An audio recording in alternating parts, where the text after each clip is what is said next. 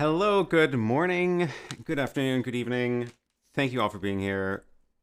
Welcome to another week of this, whatever this show is. We're still figuring that out. But good to see everybody in the chat. I see, as always, new faces, some familiar faces. Thanks for letting me know where you're joining from. That is always fun to see that on the map. Got a lot of stuff today, so it's gonna be a bit of a packed show today. So here we go. Let's see if there's anything I can, if anything I can get to in the chat already. If you do have a question for me, it's getting, it's a lot easier for me to see if you put the word question in front of it or just Q, and that will sort it on my screen properly. So we're gonna do a, we're gonna take questions from you all here, but we are also going to talk about a couple of things I've been working on and changing up in the studio. Surprise, surprise. If you watch my last studio tour video, then you will know that one of the things I said in there is that this is always changing and the changes are now starting again. So I am glad I kind of snapshotted that at that point in time, but I do have some new stuff I'm trying out. So it should be fun. Should be fun. Let's see. We've got some more people saying hello from the chat. I should leave that rolling during this intro. We've got a lot of people here. Ian from Glasgow, David from Edinburgh, John from the UK, the T-Wolf Man from Germany. Cool. So let's see. Let me give a quick overview of all the things I'm going to talk about today. And that way, if you're watching this in the recap, you can find the timestamps and skip ahead to the things you're interested in. The plan, if all goes according to plan, I'm going to talk a little bit about the new gear that I have here, primarily the new audio gear. So hopefully the audio sounds good today because this is a different microphone than I normally have been using at this desk. So we've got the new audio setup. We're gonna just see how that goes throughout because I'm not planning on like doing any testing of it here. Just hoping it works. I'm going to talk a little bit about H2R Graphics V2, which I have and realized that I can integrate it into this show and not lose the other graphics that I do. So we're going to talk about that as well. Have a new product launch to talk about that is from Comica. So thanks to them for sending me the little microphone we're going to test out. That is going to be our featured product of the week. And we'll do a little live testing of that as well. And then at the second half, the second half of this, what is tentatively called trial and error, or as Jim says, trial and error. Maybe I can figure out a way to spell that in a way that gets the pun across. We are going to try out the ATEM Mini Extreme and try out what happens when it is dealing with a really bad internet connection. So last week we did that with the YoloBox and gave it a super rate limited internet connection and saw how it dealt with it and the quality that came out the other end on YouTube and tried the different options it gives you.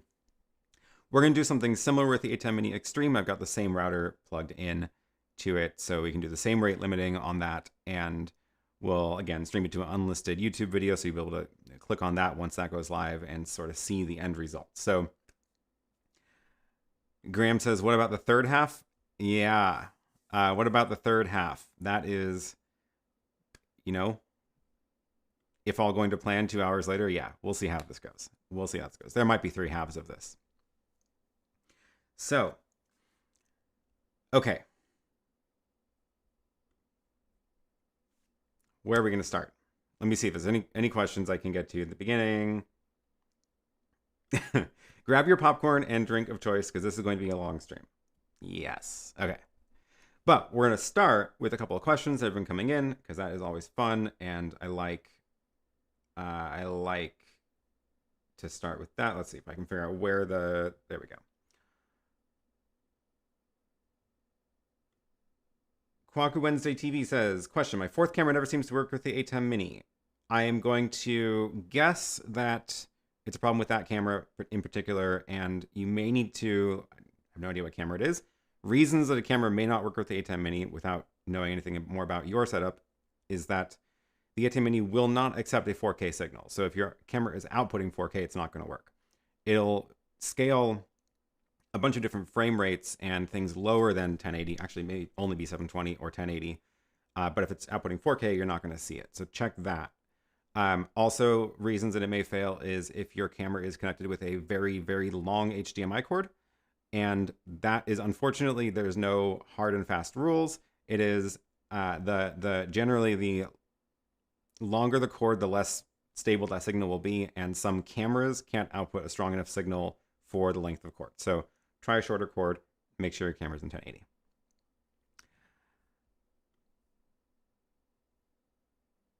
Okay. Oh, Road to Sigma.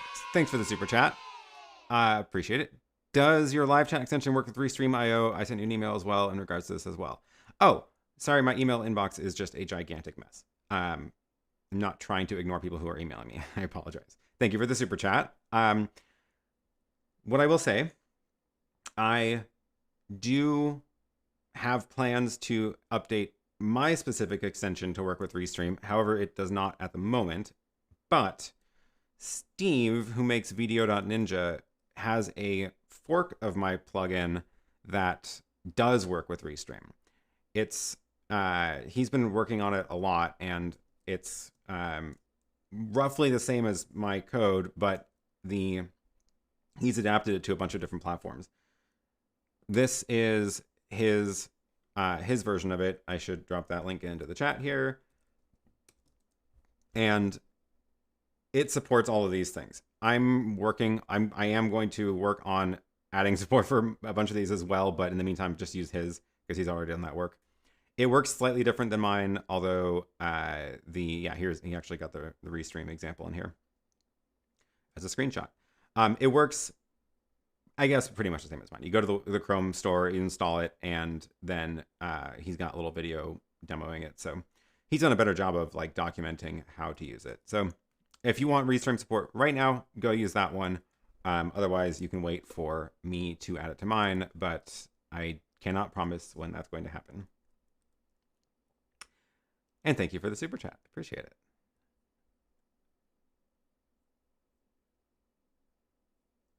Oh, Graham says, I think the ATEM Mini handles one of its inputs differently than the others. Yes, thank you for the reminder. That is true. The input 1 on the ATEM Mini is special. So if you are having either a problem with something plugged into input 1 or a problem with things plugged into others, try it on input 1 or try it on the others, because that chip that receives the HDMI signal on input 1 is a completely different chip than the other 3. And on the ATEM Mini Extreme, its input 1 and 2 are that chip, and the 3 through 8 are the other one. So that is another thing to try. Thank you for that reminder, Graham. A couple of questions I'm seeing about how is the YoloBox quality versus ATEM and Epiphan? Let's see. We're gonna get to see a little bit of that today, I guess, since we'll be able to compare the quality of what happens when the ATEM doesn't have a good internet connection. But I don't know if I've actually done a side-by-side straight-up quality test between the two. That is a good question, and maybe what I can do is I'm actually in the middle of writing the script for a YoloBox versus ATEM comparison video. So that is, cross your fingers, very likely the next video I will put out. I normally don't like to pre-announce videos that I'm working on, but that one, everybody's been asking me to do that one. If you do have questions about YoloBox versus ATEM specifically, this is a fantastic time to drop them in the comments here or on any of my other YoloBox videos. And that I'm in the middle of that, so I will include these kinds of tests. Røde Sigma, thank you for the super chat again. I appreciate it. Yeah, maybe I can just hand over the plugin to Steve, and he can just deal with it from now on. He's been doing a lot of work on it too. So yeah, the YOLO versus ATEM comparison, I will make a note to include an actual quality test side by side. Anecdotally, it's like I can't really tell the difference. The YoloBox Pro seems to have gotten a pretty big upgrade in the compared to the original YoloBox, so it does look fine. But yeah.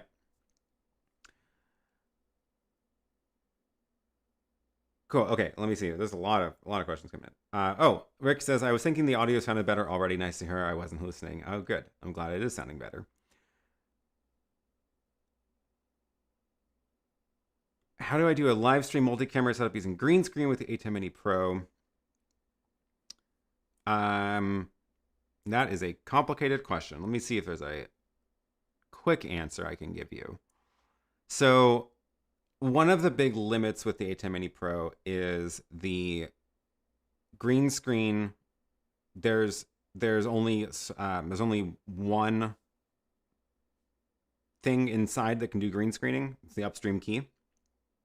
So if you are doing multiple cameras where you want multiple different cameras to be green screen and cut between them, you have to do a bit of extra work to set up things like your backgrounds. If you want those to be different per camera, you have to swap the graphics out when the camera cuts as well. So a different option is using a bunch of ATEM minis just for the green screening and running the outputs of those so that you kind of get the picture baked already of like your green screen camera with the virtual background, output that into your actual switcher so that you can cut between the angles without having to fiddle with any of the settings there. It is a lot, so that I think is going to require more than a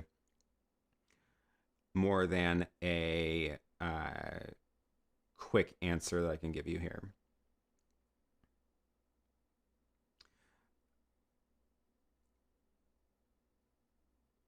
Okay, let's see. Ooh, Roy says, with all the streaming applications coming up, what's your stand on hardware versus software? I don't think it's any secret that I definitely prefer hardware streaming solutions. That is something that, I mean, that's why most of the studio is built out the way it is. Instead of pouring a bunch of money into building a $10,000 computer, which would be able to do everything, instead I've kind of spread it out, right? I've bought a bunch of different pieces of gear that do more specific things with more specialized tasks and combine it all, with wires. And I like that option because it's easier to do like incremental upgrades. So, I can buy a hyperdeck if I need one more way to record or play back clips. I don't need to like I know in theory computers can be upgraded incrementally too, like desktops anyway, not laptops. But I feel like every time I've tried to go down that road or tried to do an upgrade of computers, it's like, oh well, if you want the next fastest RAM, the new fast RAM, well, your motherboard doesn't support it, so you need a new motherboard. And if you need a new motherboard, well, that doesn't, now your other thing doesn't work, and blah blah blah, just like cascades. So like, yeah, hard drives you can swap out, but I don't know. The reason I'm saying all this is because the software solutions are great and they're really flexible and you can do a lot more stuff, often a lot easier, but they often do require a very powerful computer, and I'm not really willing to spend that much on a very powerful computer. So, especially if I want to be portable, where I want, a laptop, but clearly the studio is not portable. So maybe that's not a fair comparison. So anyway, that's kind of where I'm at with it. I think that there's a lot of really good software solutions, and I know people have a lot of luck with it, but I tend to prefer the hardware solutions.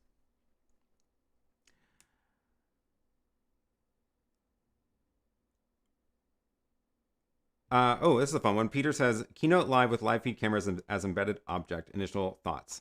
I am super excited about this feature. Do I have a Keynote file open that I can show how it looks? I think I do.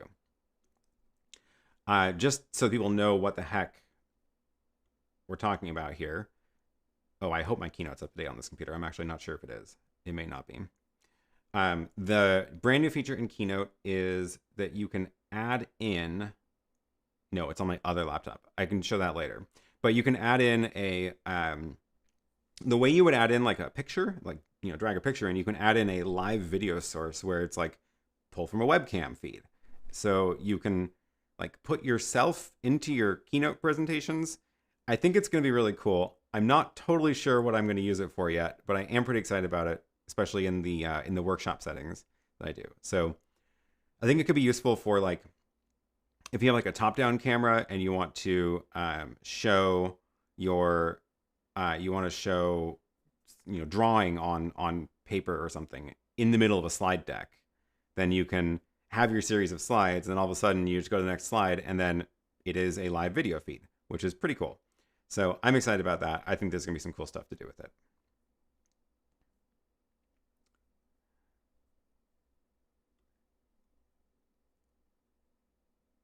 Two-part question. I have a new Hyperdeck HD Plus and also use PlayOB on the Blackmagic. I can only see a few files, but on the PlayOB all are shown. I know the Blackmagic Hyperdeck only shows files of the same type, but as far as I can see, they're all the same type. Aha, yes, this is the trick. They are not all the same type. The Hyperdeck is even more specific than just file extension. The Hyperdeck requires that they're all the same frame rate, resolution, and codec. So if you have a combination of like ProRes high quality and ProRes light and MP4s, you're not going to see all of those on the Hyperdeck. They have to match exactly. And it's extremely finicky. So it's good if you're like, if you have a environment where you can very carefully craft all of your files and make sure that they're all in the same format and frame rate and codec and all that, that's what that's for. But if you want to just be able to like throw random stuff onto it and play it, you're not going to be happy with the Hyperdeck. So the PlayOB is good as an alternative because it can just sort of play anything.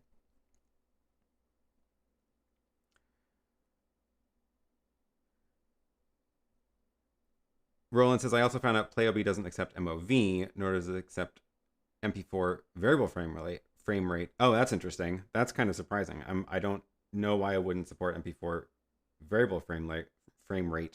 MOV, I guess, I'm not too surprised that the Raspberry Pi can't handle that. Oh, here's a question. What's your recommended laptop to use for streaming? I'm probably not the right person to answer that because I don't use laptops for streaming. So I am going to say, ask somebody else who has more experience using actual laptops for streaming. The laptops that I currently use are the Apple M1 MacBook Air base model. It was $999, so I was willing to like give it a shot for that price. It is my main laptop right now, but I don't stream from it. It is, I control ATEMs and stuff, and I run Photoshop on it and make graphics and all that kind of stuff, and it's fine for that. I actually do all my video editing on it also, but I don't stream from it. Same with this. This is the M1 Mac Mini. Oh, thank you for the super chat. I was just about to sell the ATEM Mini. Now I'm second guessing myself. Thanks for the great ideas. PS, love the PK1 on the Extreme. Oh, thank you. I appreciate it. Yeah, lots of different fun stuff you can do. So the laptop situation. Oh, and then the other laptop I have is it's a 2-year-old, oh my gosh, Razer. That's the word. Razer laptop running Windows. And I use that just when I need to run stuff that runs on Windows only, like QuickBooks.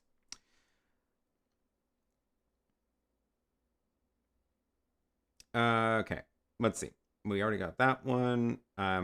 Please do avoid asking the same question twice, because otherwise I get confused when I see it pop up again. Roland says, I was shocked to find out that none of the new Blackmagic Ultra Studios have Ethernet, and it appears they must all be controlled locally via Thunderbolt.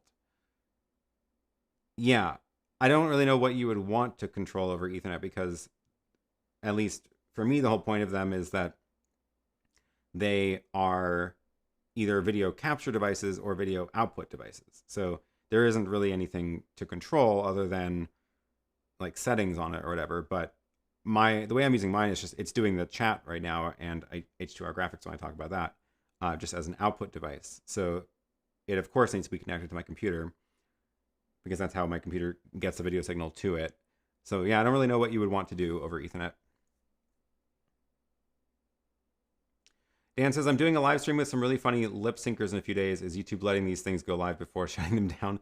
Do you mean lip syncing to like actual music that you do not own? I would not rely on that not getting shut down. It's going to get shut down immediately. That is not really allowed.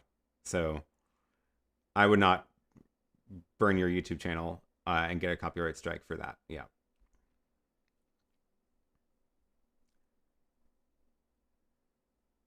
Roland says the best laptop for streaming is an ATEM Mini Extreme ISO. Yeah. Aren't the Ultra Studios replacements for the HyperDeck? Since they don't have Ethernet, the only way to control them via companion is via macros. No. The HyperDecks are still the HyperDecks. That's for the SD card playback and recording and all that. The Ultra Studio family is for video input output to a computer. So different kinds of things completely.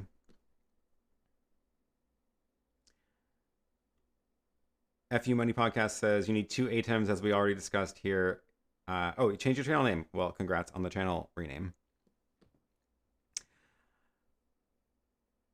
Hardy Media says pre-ordered a Bird Dog Play 4K NDI from DVE Store. New anticipated in-stock date of late December. Oh, I got that email. Yes, I also pre-ordered that one, and I was excited about it because it's like surprisingly affordable.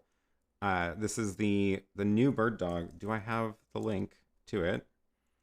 No, I don't. Let me find it. I was really curious about it because yeah, it is a relatively affordable NDI receiver. So where did it go? It's probably not showing up in the search because it's like not in stock. But yeah, I'm really excited for this because it is cheap and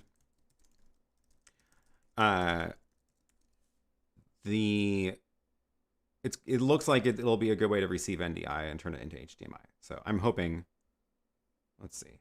Yeah, $149. Okay. Bird Dog Play 4K NDI player. Let's show my screen here. There it is. So this one, yeah. Come on, there we go. This is, just Ethernet and HDMI and power. So I think that is that is promising. NDI player. I'll drop that link in here as well. But yeah, thankfully we finally got shipping updates for it because it's been a long time. I actually forgot that I had ordered it, and I found it in my purchase history when I was looking at DVE Store the other day. And I was like, oh yeah, that thing. I got my pre-order in June. Yeah. Cool. Okay.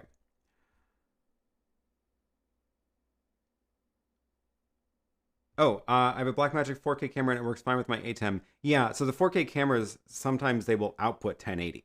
So that's what's going on. That's how that is working.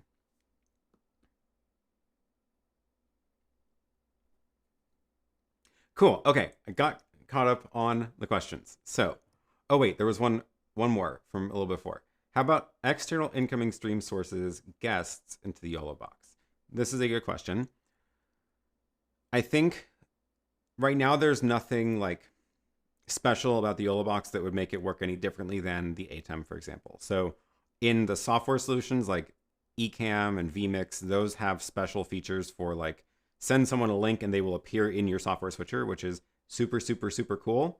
I did a video about that on Ecamm actually a while ago, and it was neat. Very, very cool feature. Let me see if I can find that. It was interview mode. When they first started launching interview mode, use it as an external display. However, you know what? I just realized I was probably playing that video sound into the into the stream because of a little thing I did. Ecamm live interview mode. Drop that link in the chat. You can watch that video. That is where I talk about Ecamm's special feature for bringing guests in, which is super, super cool.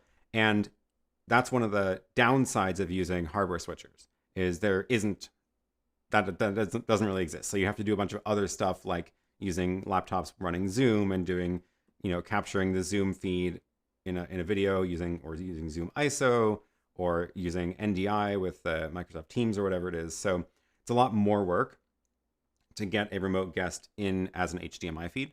And there isn't really any difference between the YoloBox and the ATEM for that, because the YoloBox doesn't have any remote caller features. I think it would be very cool if YoloBox could add that, because that is something they can do, because technically it's kind of a hybrid hardware software solution, because it is an Android device. So I think that is a potential feature they could add, as a remote caller mode where you could send somebody a link and they could join and show up inside the YoloBox.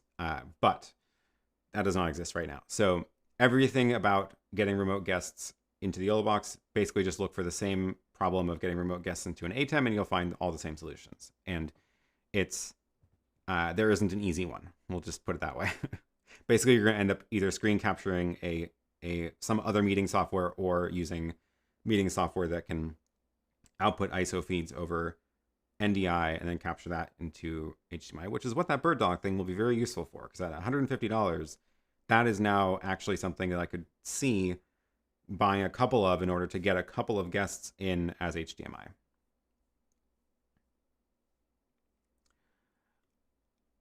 Roland asks, do you know if the new HyperDeck HD Studio Mini fans are loud?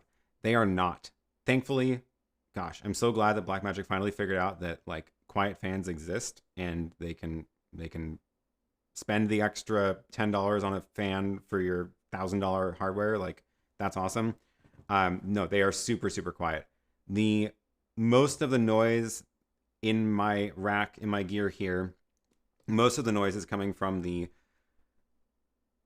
video hub, which I also replaced the fans on, and I replaced them with slightly quieter fans, but they still make some noise. Everything else is nearly silent. I did swap out the fans in the TV studio also for that reason.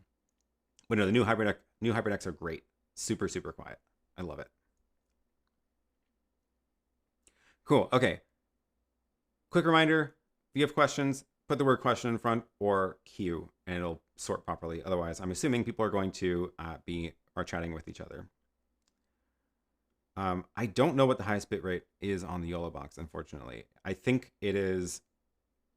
I think I showed this part of the settings last week when I was going through the menus to configure it. There is a setting for choosing like different quality levels now, which is good, but I don't remember off the top of my head, unfortunately. Sorry. Okay.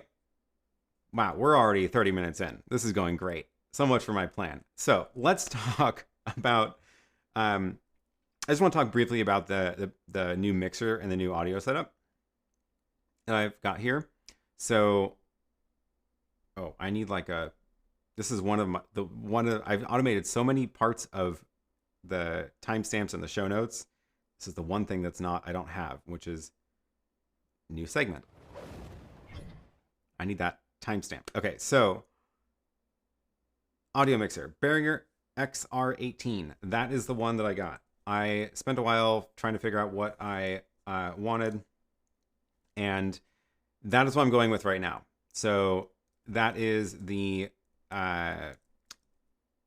this rack mount mixer. It looks like this, and so far so good. That is what's running the audio right now on the show. I found one at actually got mine from Sweetwater because nobody else had it in stock, and yeah, it's cool. So it's got these like 16 XLR inputs. The reason I got this one over the other models is because of all the aux outs. So it got 6 outputs in addition to the main left and right. And the way I've got this set up is the aux 1 and 2 are feeding into the ATEM Mini's mic or line input with a XLR to 1/8 inch cable. And then I've got the iPad app up here running the mixer software. So you can see I've got 2 microphones plugged in. One is above me up there, and the other is at the table. So I've got only one of them turned on.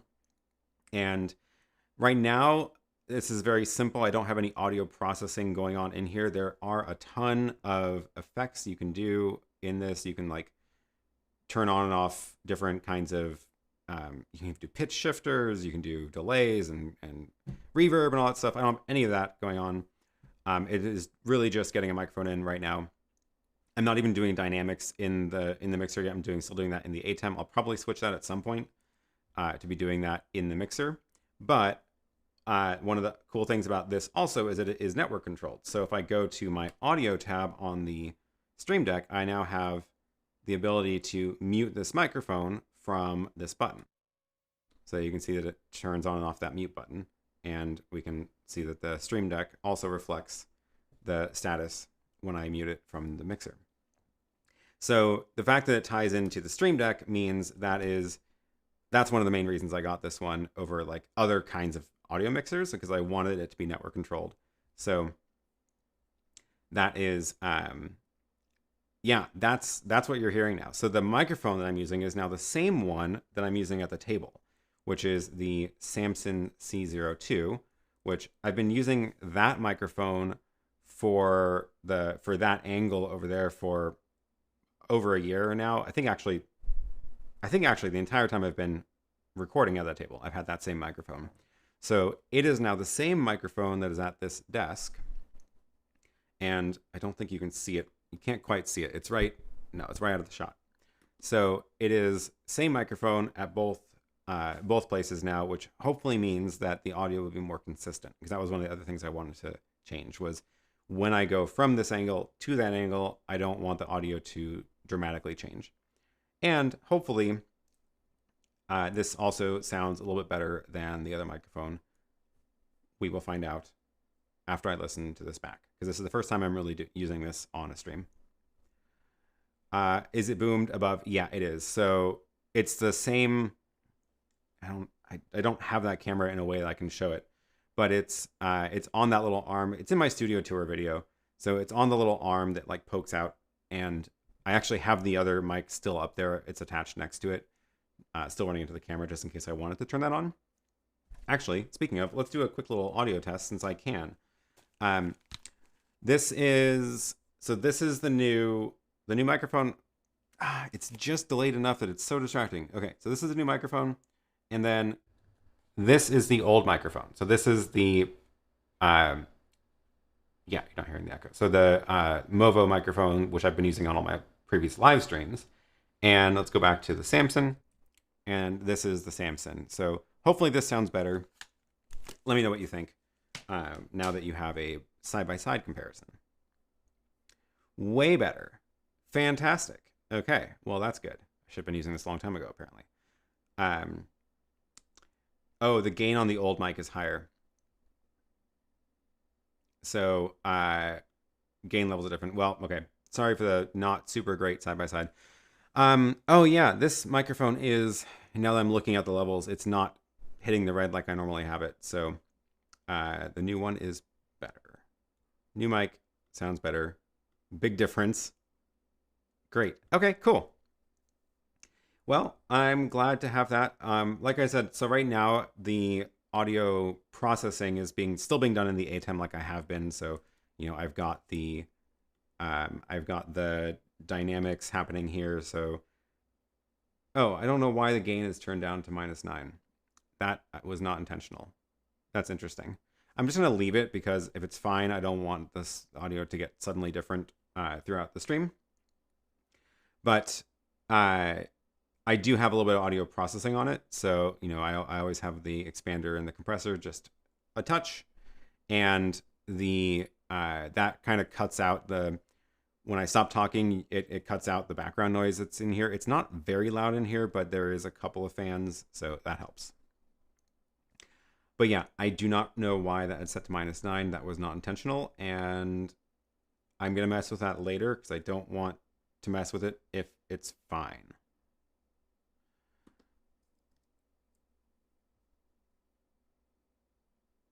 Same location. Yeah, they're both like, well, okay, the old mic is actually, I think, maybe a couple of inches farther away than it used to be just because of the way it's mounted. But they're on the same stand. I wish I could show you, but I don't have my handheld camera because I sold the ZV-1 because I want to replace it with the white one. And somebody bought it, so I shipped it out. and I'm waiting for that payment to land, then I'm going to go buy the white one. Roland says target gain should generally be around -12. We're a little bit low then. It looks like most of the time when I'm talking, I'm at about -15 or -18, so I should bump it up a bit. Probably if I get rid of that -9, it'll fix it. But again, I don't want to mess with it now in the middle of the stream, so we're just going to leave it alone.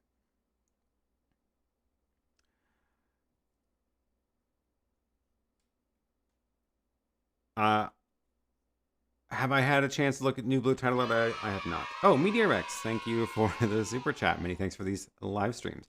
Thanks, I appreciate it. They're a lot of fun. It's always an adventure, of course. Diane says the old mic was picking up more room noise. New one, the EQ seems more balanced. Good, okay. Yeah, hopefully when I fix the gain next week, we don't have more room noise again. What about the iPhone and film like the shows? Okay, yeah, fine. I don't have my Apple TV plugged in right now. Let's see, what can I sacrifice for the Apple TV? Because I've got it set up. I'll sacrifice the ATEM's input for the other ATEM because I'm not going to use that until the end, to the second part of the show. So we have to reroute input 6 to be the Apple TV. And there it is. Now it's my Apple TV, and let's fire up Filmic. And screen share to the Apple TV. There we go. Okay. Okay, where is that? 6. Now it's labeled wrong. This is what I'm looking at. And if you look just up there, those are the 2 mics. So, oh, now I'm kind of far away from it, so it probably sounds worse. The iPhone does not like the glare of those lights either. But yeah, this is a little bit farther away, right? So that might be contributing a little bit to the differences, but they're mostly in the same spot. And then if I get into the right spot here, that should sound better now. So that is what they look like. Let's see if I can get an angle with better lighting. There we go. Or pan around there. Yeah, there we go.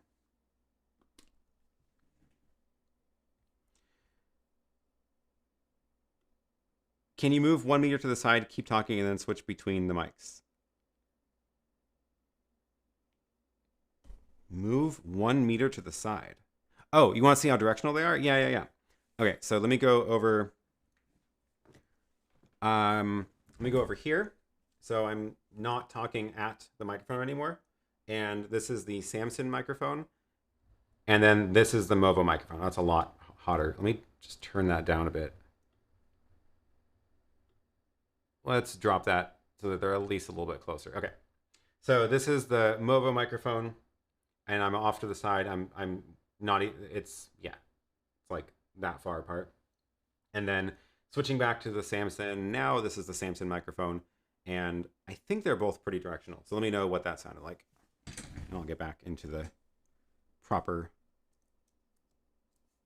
place. Cool. Okay. Hey Bart, what's up? Been a while. It has been a while. Thanks for joining. I haven't seen one of your streams in a while either. I don't know if I'm just missing the notifications or if you're not streaming. 6-Minute Media says, old mic is wider pattern. New mic is definitely better to use in that environment. Cool. Okay. Less difference that way. When I adjusted the gain, yeah, that probably. But yeah, probably the more targeted is better for this because I don't want the bouncing or the fans. Bart says, I haven't streamed in months, been super busy. Well, it's good that you're busy, I guess, assuming it's busy getting paid work. Was just out in Portland. You should have said hi. We could have hung out or join me on a live stream. Come see the studio. Scott says, you pick up more room reflections when off axis of the mics. Both of them. That makes sense. Yep. Samson sounds better and looks better too. It's Samsung, not Samsung. Very confusing. It does look better. Yes, I agree. Always thought the old mic was good until hearing the new one. Well, not to like throw a shade at the Movo mic. I like it because it's so simple. And, you know, the reason I kept using it is because it goes into the camera and then it's just in the ATEM and I don't need a mixer. So the big downside of the new one is it has to go into something else. So I've just decided that that something else is going to be this Behringer mixer, and I'm okay with that now. Yeah. Okay. Cool. Well, that was a fun little audio test of the Samson microphone. Philip says, I'd be curious in a future live stream to have you do a comparison between the audio processing on the ATEM versus the Behringer, if you're willing to do so.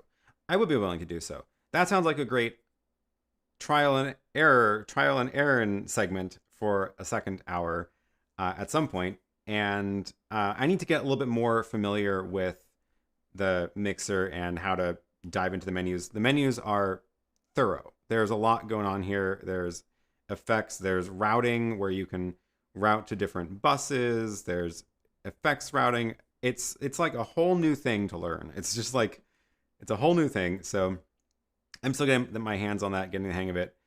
And pretty excited about what I'll be able to do with that eventually. Oh yeah, one of the other cool things about that mixer is it plugs into the computer, so I can output from my computer into it, or I can also output from like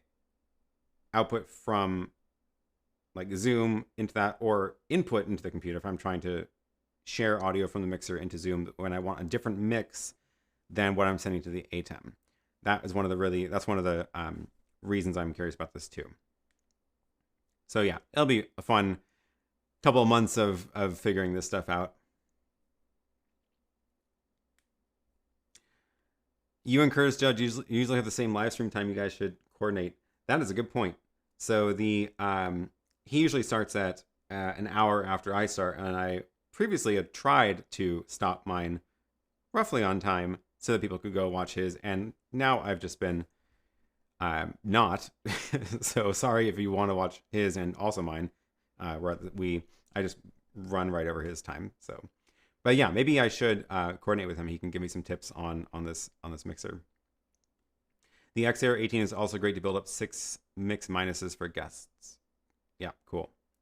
Do you have to compensate audio delay now using the mixer? I do, yeah. So because my audio is not going to the camera, I have to delay the audio separately. And oh, shoot. I just realized that I did not think ahead for that other angle, because that camera delay is different than this camera delay. And I have compensated for the delay for this camera in the ATEM, not in the mixer, which means when I switch microphones, I'm gonna have to manually fix that delay. Try to remind me of that when I go over to the table. Do you get each of the buses separately over USB? If so, mix minus multiple guests could be possible. I believe so, yeah. Yep. There's a ton of flexibility with the USB outputs as far as I can tell. But again, I've literally just set it up and I've barely touched it. So the XR18 are the ones that have bidirectional USB to and from the computer. The 12 and 16 do not allow USB input. Cool, yeah. I think that was one of the things that maybe go with the 18 as well. You can also use ducking for who is not talking. Cool. There's going to be all sorts of fun stuff we can get into with audio processing.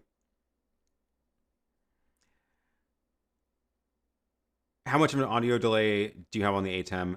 Well, it depends on the camera. So this camera, the G7, it requires 4 frames of delay in the ATEM at 30 frames per second. So that's how much I have to delay it in the ATEM to bring the analog audio in sync with this camera. The Blackmagic camera, it either requires 1 or no frames. It's the HDMI out's nearly instantaneous. So if I compare the video, I don't know if I don't have them in a way where you can see the same thing in the shot. So at some point I can try to do a delay comparison, but the yeah, the Blackmagic camera does not require as much of an audio delay, so it's going to be wrong when I move over to that microphone. Did not think about that ahead of time.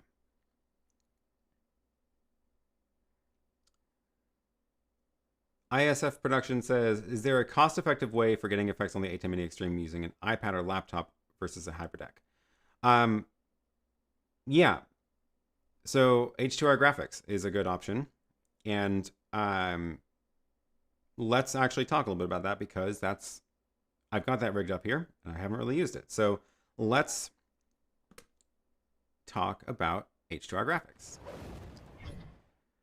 So H2R Graphics V2 is in beta, and thanks John for giving me the download of this. But this is the new, this is what it looks like. This is the control interface for it, and it's now split into a it's like a web page that you visit rather than like an app that you run. There is an app that you run, which is this little thing, but it just launches it gives you the 2 URLs.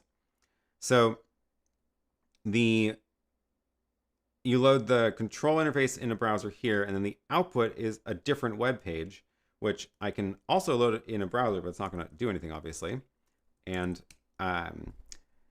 this window, let's see if I can have them side by side. This is the output window, and if I do something like show the time of day, then you can see it slide into that window. Now, you're also seeing it on the actual stream itself, because I actually have this window.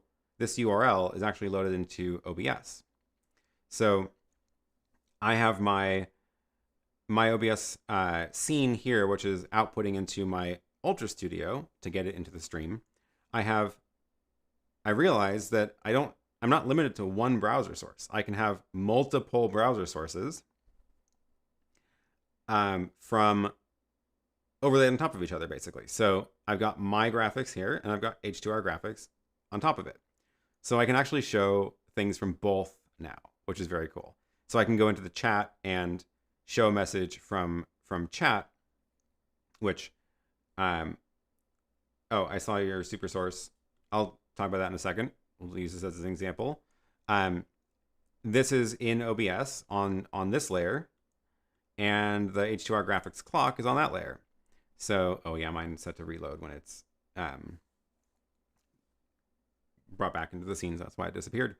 But so it's basically just two web pages on top of each other, and since they both have transparent backgrounds, I can put graphics from both of them on the stream, which is very cool. So this basically means that I don't have to buy into only one graphics package anymore. So I can say I want, my sort of custom made specialized graphics that I use for the map overlays and the super chat and that kind of stuff.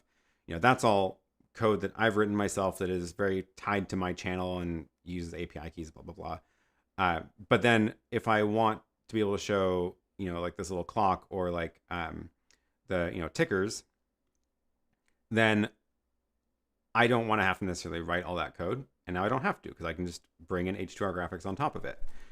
Similarly, if you want to use H2R for this kind of stuff, and then also use my chat overlay extension, you can do that as well, because you can go and do the chat pop out.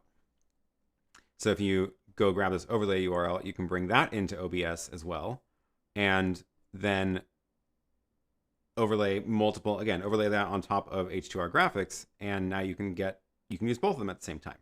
H2R does have a chat section in it, but I have not configured it to pull the chat, because I don't want to use it for that.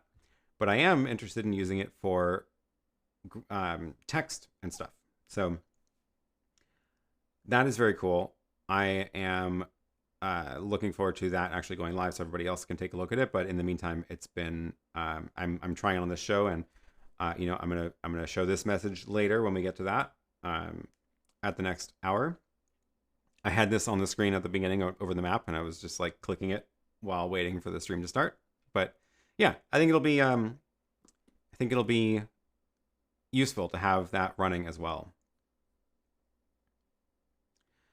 I am beta testing it. It is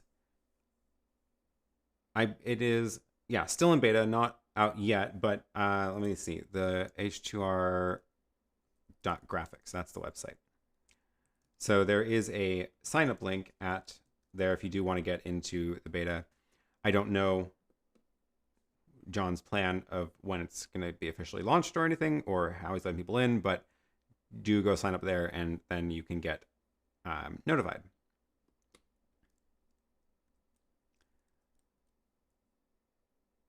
Steve says, this is way cool. Just think about where we were when you did your first show, right? Yeah. The, yeah, things have changed a lot since a year and a half ago. Can you feed H2R with all the features into a Zoom meeting?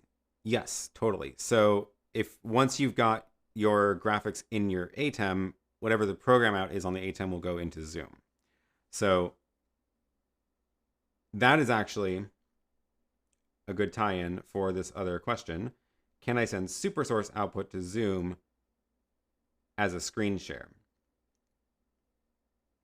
So the main limit with using the ATEM and Zoom, which I talked about in the video about recording your Zoom meetings, I do want to drop a link to that because that is absolutely worth watching if you are doing stuff in Zoom.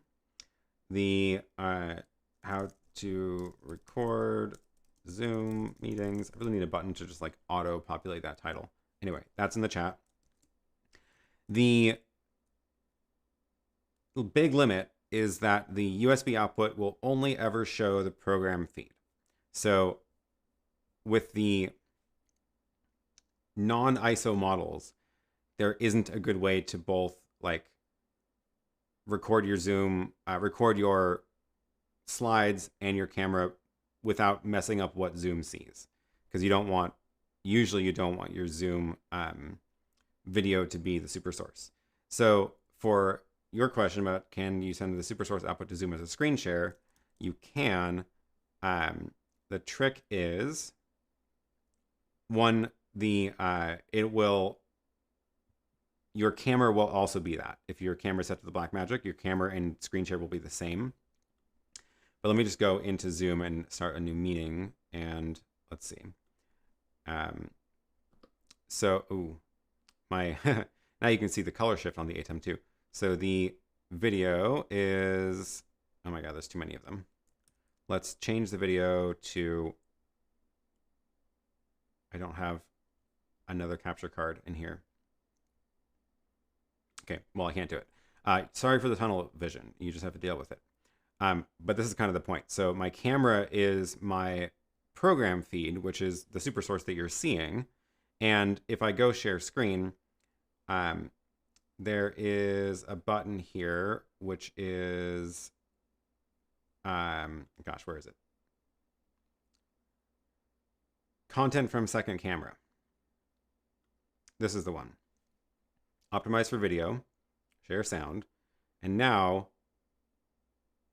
oh, I have to install the Zoom audio device. Okay, we'll let it do that. I am sharing. This is a screen share now, not a camera. So this is the thing I was talking about. So see how my camera up in the corner. This is really hard to look at. I'm sorry. Top right corner. I can't point because I'm everywhere. Top right corner is the Zoom camera. The big window is the screen share. So what did that do? It switch camera, just picked a random camera. I was hoping it would give me the option. Anyway, I don't know where it went. Stop share, share screen, content from second camera, share it. Oh, it's picking a random other camera, which is my Ultra Studio. I bet you if I click on one of these chat messages, we'll see it in the Zoom screen share. This. I was wrong. Oh well. Anyway, you got the idea. That's the trick. There is definitely the limit of you either need 2 different webcams plugged into ATEMs, otherwise you're going to have that problem of the camera matching the super source. But it does work. Switch cameras cycles through all available cameras. Oh my god. Well, don't plug an Ultra Studio into your computer if you want to use that feature, because the Ultra Studio advertises about 20 cameras to your computer, and then it's just a nightmare. Cool. That's the trick. I've seen some people sending the ATEM output into Zoom via its advanced screen share option rather than as a camera. That gives higher resolution. Any thoughts? Oh yeah, so that is the big difference between feeding Zoom a camera feed or the screen share feed is how it prioritizes compression. So the camera, it's going to scale down, compress dramatically, because the whole point is prioritizing motion and audio over what it looks like, which is correct. But if you are using the screen share, it's going to say you clearly want the picture to have crisp outlines for text and things like that. So it's going to deprioritize motion and up the quality of like the details at the expense of very slow frame rate. So that is, yeah, high resolution. It'll be slower frame rate. If you click that optimize for video, it'll do something to get it a little better, so it's not just like 3 frames a second when you're playing back video on your ATEM. But it should keep it higher resolution for that as well. Okay, fantastic. That was a little demo of H2R Graphics. We are running late. Oh, Roland says, I have a business account with Zoom. I have the HD option enabled, and Super Source with slides via video works really well. People comment on how good it looks. Am I just lucky? If you have the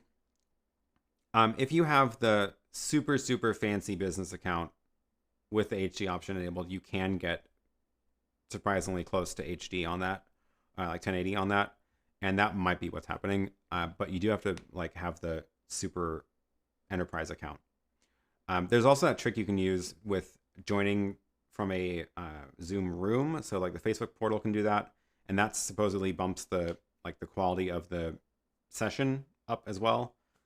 But you might be getting lucky, yes. Okay. We are going to switch gears now, and I am going to go adjust my audio delay to match the other camera and pop over to the table and talk about the little microphone today. So drop that to 1 frame. Oh, thanks, Graham. Now all I want is high res and high frame rate in Zoom's screen share without going bankrupt. Yeah. Yep.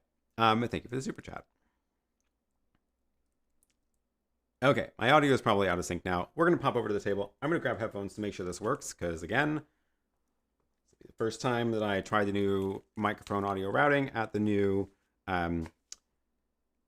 table, and now it's not delayed in my headphones, so that means it's delayed for you. But we're going to fix that. Anyway, I will see you back. We're going to talk now about the product of the week, which is actually pretty cool. Looking forward to sharing it with you, and I will see you again in a minute.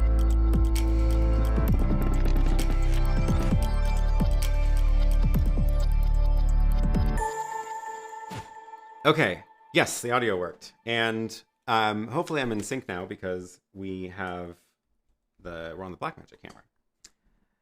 So this little microphone, Comica sent this over. And this is something that is just launching. And it is this little, it's like a 2 capsule microphone, wireless with a receiver. So you might be thinking, oh, that's like the Røde Wireless Go 2 or the Hollyland Lark 150. Kind of. They've done a couple of things different. And they're definitely going after a different audience with it, which I'll talk about why I think that. But let me first take a look at a close-up of this case. Let's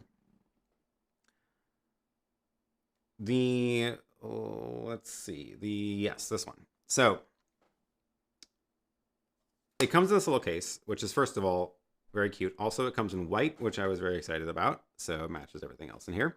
And this case is a charging case, so that's a good start. And then it has these little capsules, which are super, super tiny.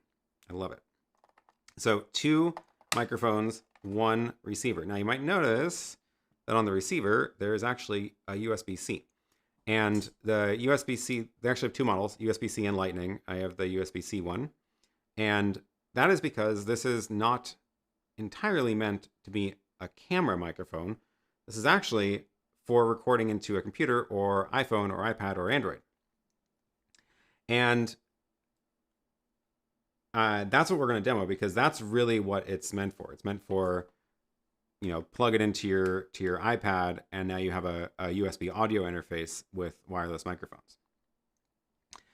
So that is that's the receiver. The microphones, like the Røde and the Hollyland, have a built-in microphone, so you can kind of see the little grill up there. But they also have a port to plug in lav mic if you want. And the sort of main difference between this and the other microphones that I've tried is that this has this special mode, which is the, they call it duplex mode. And the idea is when you connect all these, let me see, how do I explain this? It's kind of complicated. So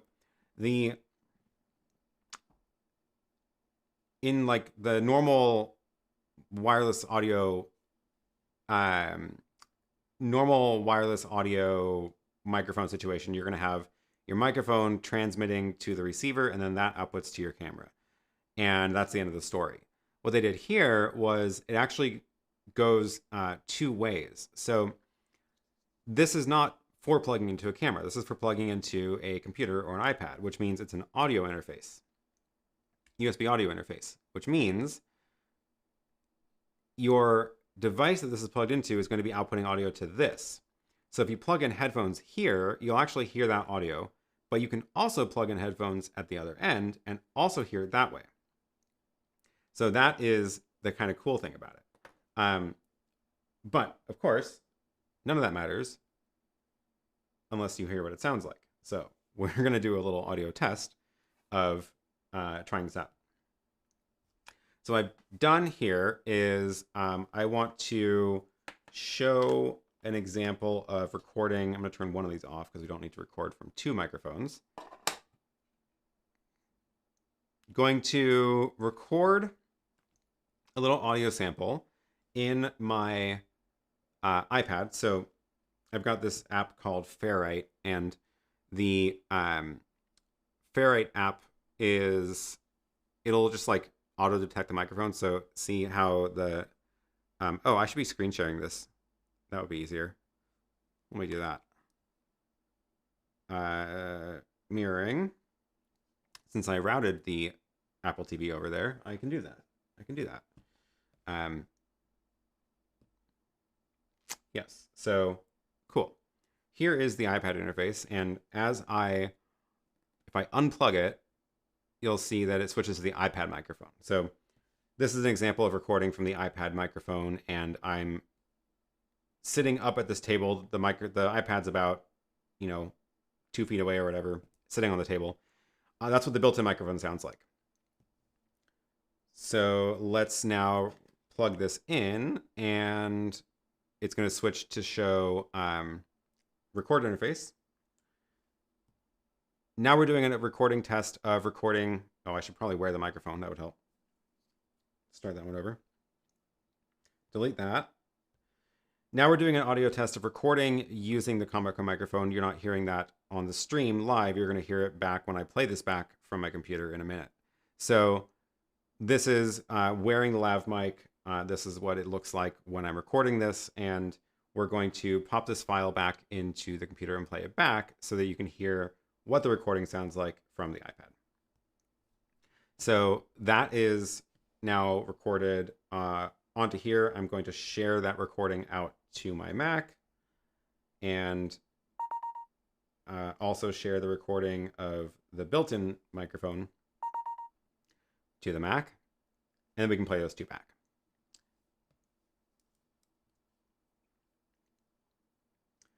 And then we're going to take questions too. So, okay. If I pop up go over to my computer. Oh, I'm going to have to switch my SuperSource routing so I can be in here as well. Let me get my headphones just to make sure that you can hear this too. So you should be able to hear this file when I play back. Let's see if this works.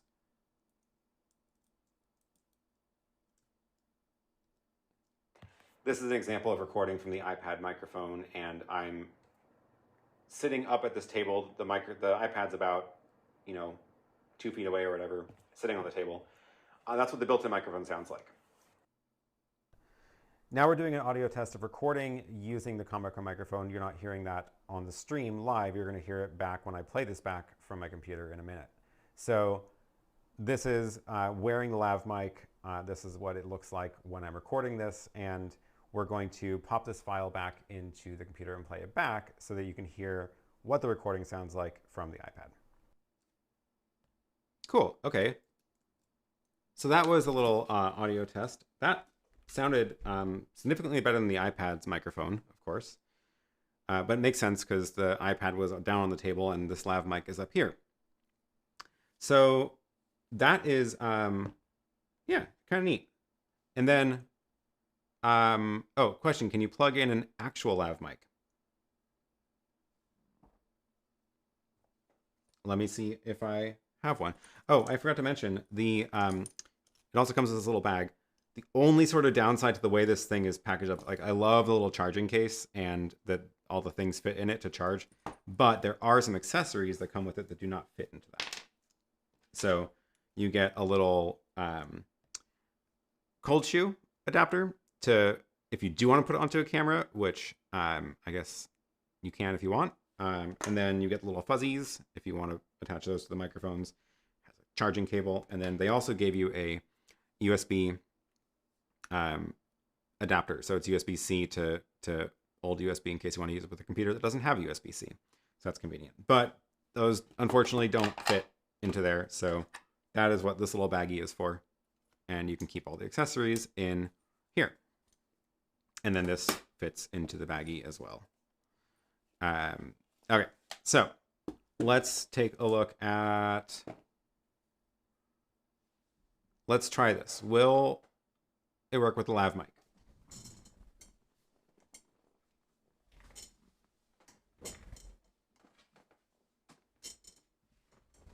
I happen to have a lav mic. I don't know which one this is. They don't usually end up getting labeled very well on these. So I unfortunately have no idea what lav mic this is.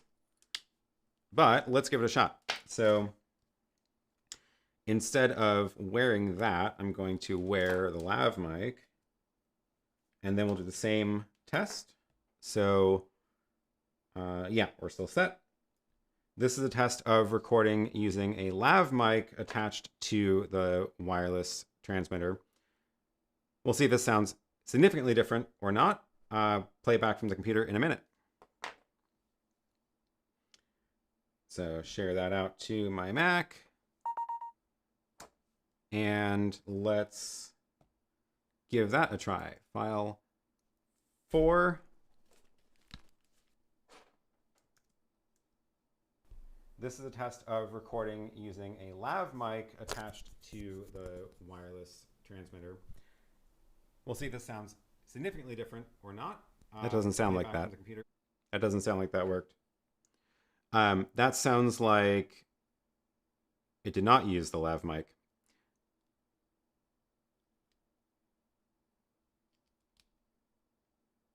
Because when I picked it up, it made a bunch of sounds. So what do I have to do to make that work? Aha. Okay, I figured it out. There's a switch on the side for single or duplex. I had it in duplex mode, which is going to treat this as a headphone out. Or it might work with those, I can't remember, but you know when the jack has the 4? This one only has 3 because it's like a regular lav mic. So if I switch this into single mode, now here's the audio levels.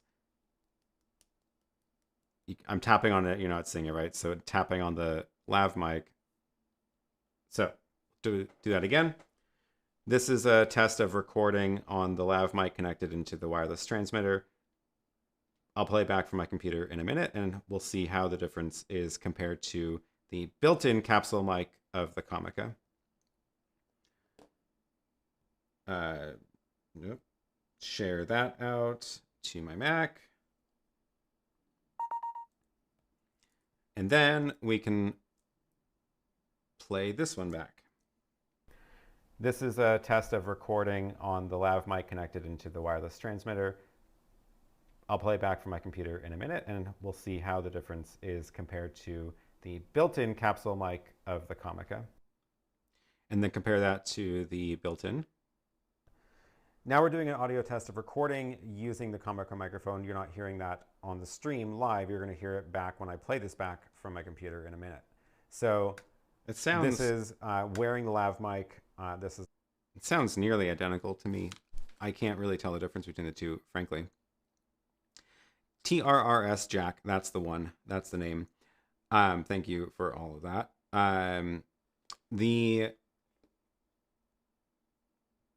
Roland says the Røde HS2 Omni headset mic works well with the wireless Go as its transmitter pack and should also work with this one and other similar ones. Yep.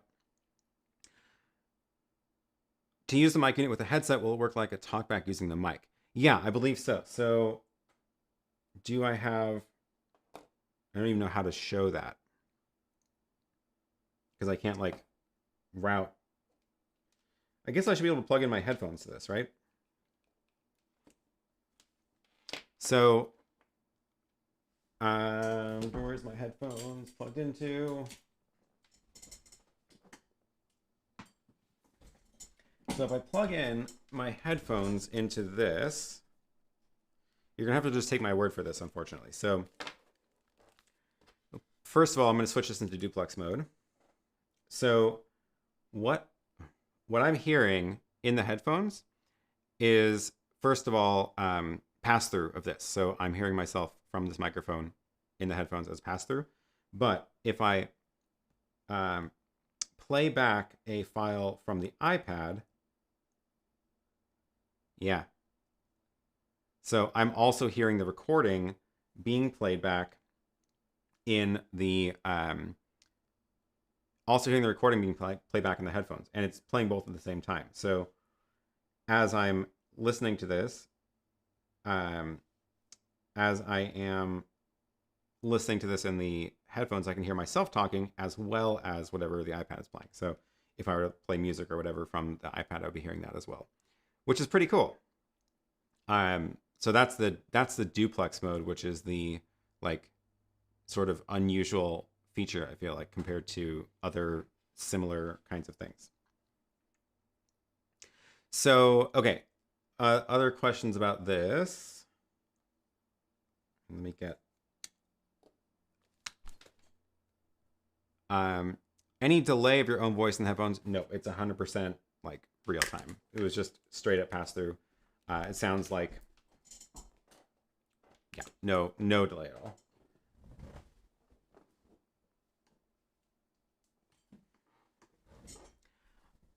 Yeah, it's pretty neat. So, okay. Rick says, how does this compare to the similar Røde wireless microphone? I'm going to say a couple of things about that. So the pricing on this is, I believe it's $179, which is significantly less than the Røde Wireless Go 2, which has the 2 microphones. The Røde Wireless Go 2 is the one that also can act as a USB interface, whereas the Røde Wireless Go 1 cannot. So the Røde Wireless Go 1 is not really comparable to this. The quality, I do think the built-in microphones on the Rode Wireless Go 2 are better. And as I'm listening to it, there is less sort of ambient, what's the word? Noise floor. The noise floor on the Rode is lower. So that is, the Rode is definitely a winner in that sense, but the Rode does not have the talkback feature and is a lot more expensive. So it's actually, this is like a think of it as like the budget version of that with the extra feature. Oh yeah, Cajoling Technology says the receiver doesn't have audio output other than USB-C. It does. So, but this is again where I will point out the big difference. So there is a, oops, I thought the overhead camera was on. There is a headphone out or line out. So you can connect this into a camera over that. Now, the reason I say can is because when I tested that one, there's the analog conversion in this from digital to analog out is not super great. And that was one of the big things that I was not super happy about with this one. There was a lot more noise floor. So there's just sort of this sort of background hiss out of the analog output that is there even if the microphone is turned off, for example. And that's just because the digital analog converter in this is not fantastic. So I do not recommend buying this for using with cameras for that reason, because it is it's definitely noticeable. And maybe I can actually show this. So I've got another camera here, and I can just plug this receiver into it, and I think this is going to work. The big question is, hello. The big question is what the levels are like. So I don't even know how to, okay, yeah, I have my headphones back. The audio. So I want to turn off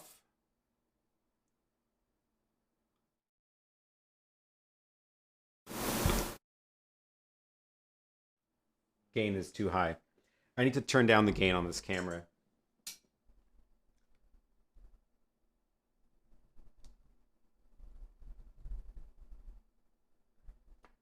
Check. Aha. Okay. So this is one of those.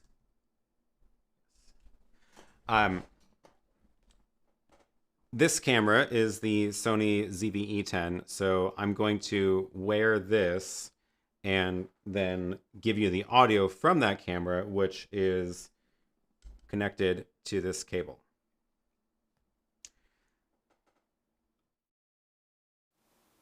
Okay, now you're hearing this microphone. See if I tap it. You're hearing this microphone through the camera. And I don't know if it's noticeable without headphones, but if you're wearing headphones, you can definitely hear there's a background hiss. And just to demonstrate, I'm going to turn this off.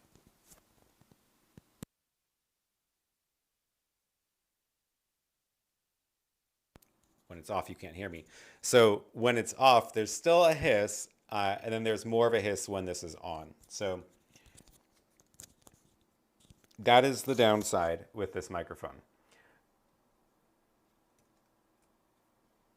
So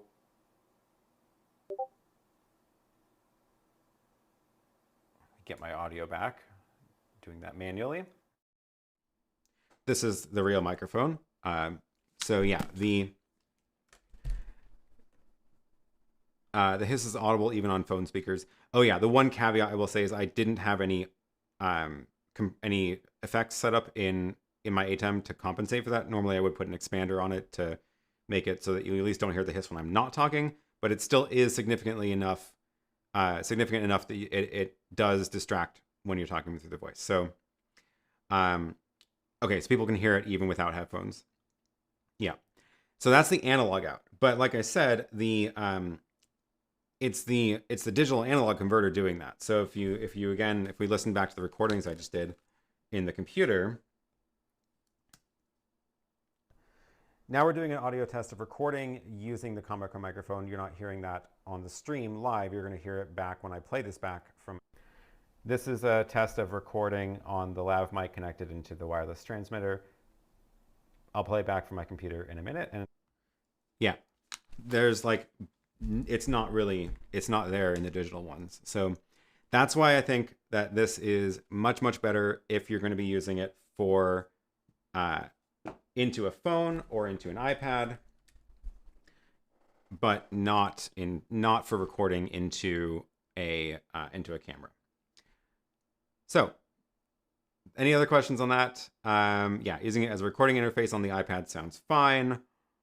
The digital is much, much cleaner. Can any of the Sony cameras take an audio over USB-C? Interesting question. I don't think so. I haven't actually tried plugging in a USB microphone into my Sony camera, but yeah.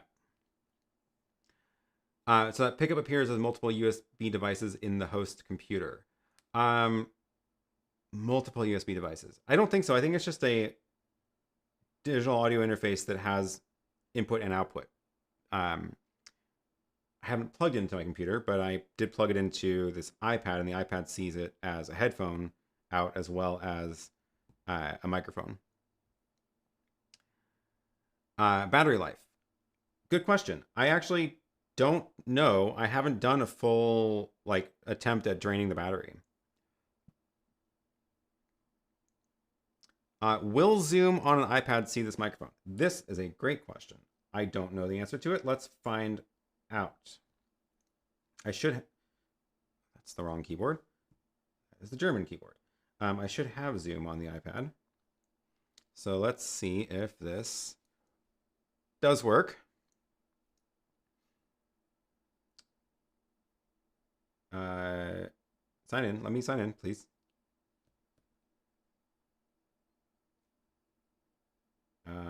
What's going on? So, am I on the right? I'm not on Wi-Fi. That's what's going on.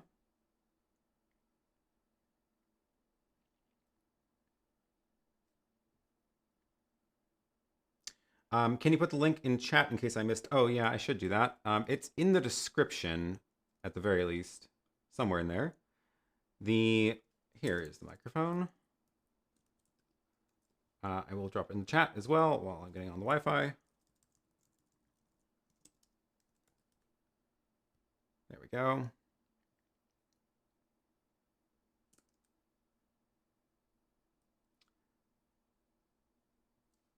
Okay, now I'm on the Wi-Fi. Let's try going back into Zoom, sign in. I should be logged in already. Oh, come on.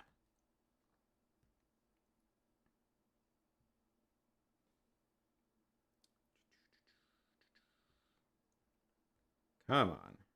Can't I just sign in? Live demos. Zoom.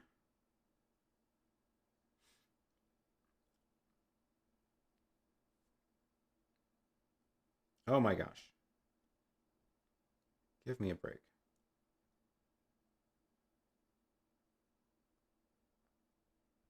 There we go.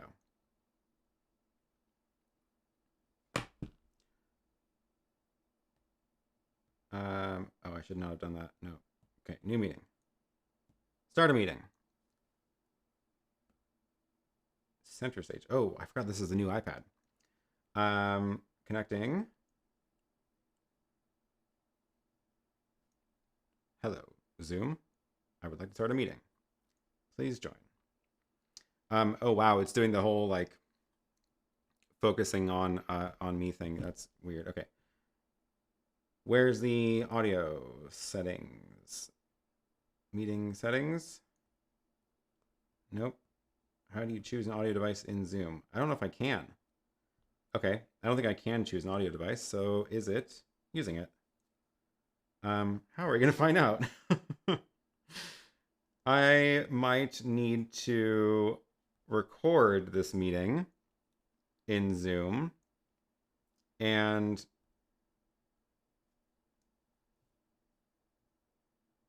play it back. I think I need to do that. but I don't have a record button in Zoom because it's the iPad. Fun. Okay, what we're gonna do is start a meeting on my computer and join it from my iPad, and hope that I don't cause feedback.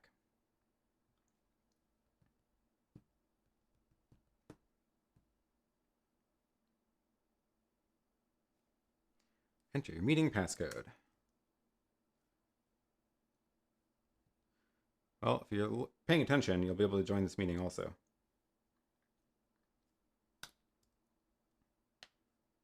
Join with video.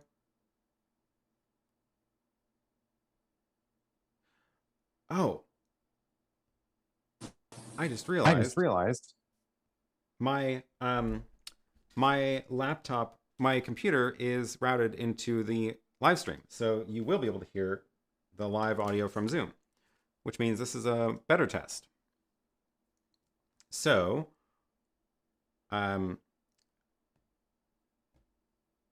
if I unmute myself, I need to mute my camera mic. Okay. So this is the audio from...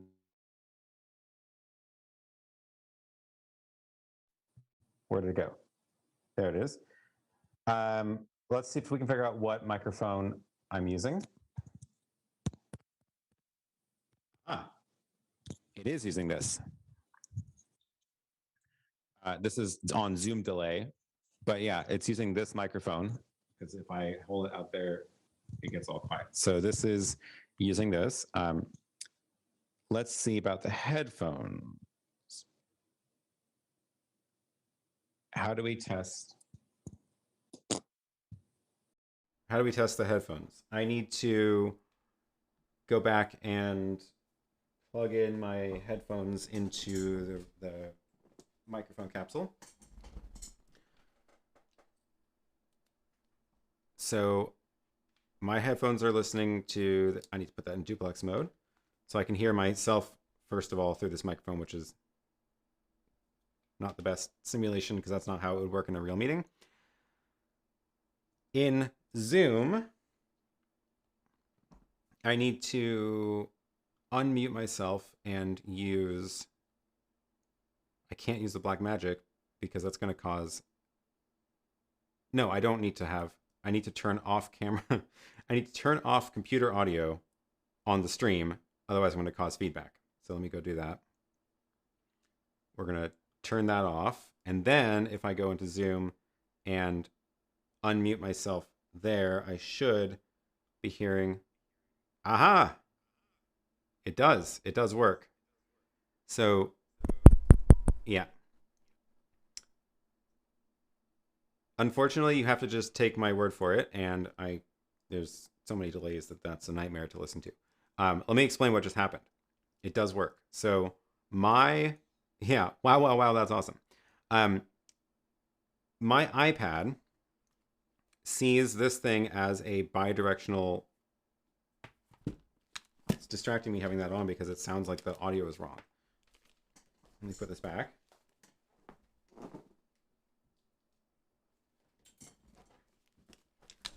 Okay, yes. And I'm going to turn my computer audio back on just so I don't forget. Yeah. Okay, so this is very, very, very cool. This is the best selling point. Yes, I agree. The iPad sees the microphone or sees this thing as a wireless audio device or audio device, which means Zoom uses it for the microphone and headphones. And because it's outputting into that, this, again, works both ways also. So you plug in headphones into this, and then you're hearing the Zoom audio out of the headphone jack here, which is pretty cool. I think that is pretty neat. That is super cool. Is there a drop-down menu on the mute button that allows access to audio settings? I don't think so. Yeah, I don't think. No, No, not on the iPad. Anything in here? No. Yeah. So yeah, that's it just works. Like I didn't have to do anything, which is also kind of nice. You just plug it in and Zoom's like, cool, I will use that thing for bidirectional. If that works in Zoom, it'd be a great run and gun Zoom setup. iPad on a stand with that mic on the talent. They hear the program and the program hears them. Yep. So yeah, that is the best selling point of this microphone, in my opinion. Very cool little thing. All right. Roland says, if I hadn't bought a couple of the original Wireless Go, I would buy one of these newer units, but there isn't enough difference for me to justify it. Yeah, I don't think it's necessarily worth like switching if you already have something. But it is a nice little tool if you don't already have something like that. So, last thing I want to mention about this microphone is the giveaway. Drum roll. Do I have a drum roll? I haven't given myself a drum roll sound. Thanks for the question, Controlling Technologies, too. That was I hadn't thought to try it in Zoom, so that's super cool. Now I need to end that Zoom meeting so I don't confuse myself to no end. Okay, we've got that. We've got that. I think you've just shown me why so many iPad users get mixed up with mute, unmute in Zoom meetings. Okay, so because Comica sent this out to me, we are also doing a giveaway for this. And there is a link to this in the description below. If you would like a chance to win one of these, we are doing the giveaway the same way we've done them in the past. This is the page, and if you go, not the cat, if you go here, there are, I'm using this cool system Gleam for this, which makes this stuff really easy to run. But basically, there's a series of ways, of things to do to give you more entries into the contest. You have to do these 3. So visit Instagram, visit Facebook page, and then once you do those 3, it will unlock more. And the other ways that you can get entries are doing, what have we got in here? We've got finding secret codes, as always. So it has already now been shown on the screen. At some point during this segment, I will clue you into that. Watch back, if you missed it, watch back the segment demoing this microphone. The secret code was on the screen, and it is in the format of a letter, and it was either 6 or 7 numbers. And I'll do that again next week. I'll show a secret code on the stream at some point next week. I don't know where or when it will be yet, but it'll be on the screen at some point. If you've entered a giveaway in the past, you can click on that, and as long as you're logged in as the same account, you'll get extra entries for that. And if you subscribe to my newsletter, you can also get additional entries for that. What subscribing to the newsletter does is it makes it so that you actually don't miss these live streams, because YouTube notifications are really unreliable, and it just doesn't send them out to everybody, and they don't even claim that it does. So even if you click the bell, I know like you hear that all the time, but it does not actually do that. It does not send it to everybody who's clicked the bell. So this is the only way I've found to actually make this work well. Go subscribe to the email newsletter. You get an email 30 minutes before I go live. I also send out an occasional manual email, which I'm probably going to do soon, probably next week, actually, where I'll mention this giveaway and other sort of updates about the channel. And the more entries you have, the more chances you have to win, because it is essentially a random giveaway at the end based on how many entries there were per person. So yep, I should have mentioned that beforehand, although then everybody would be distracted looking for the code. But it is inside the segment about this microphone, so you don't have to go watch the entire stream again. Cool. Thanks for the good, useful demo. Okay. Well, that was fun. And thank you for the questions. That always helps as well. And that is a good trick with Zoom. That is a cool little Zoom trick, having the bidirectional link. Okay, we're only 30 minutes over time. That's not too bad. So what we're going to do next,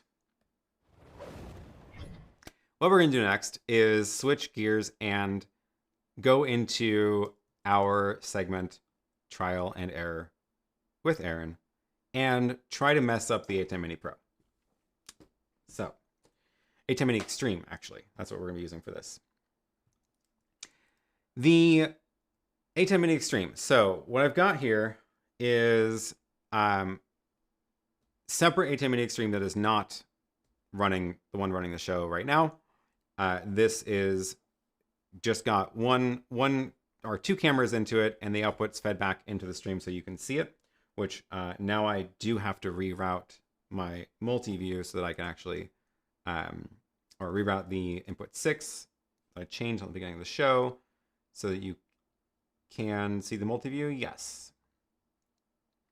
And this is the multi-view of that ATEM.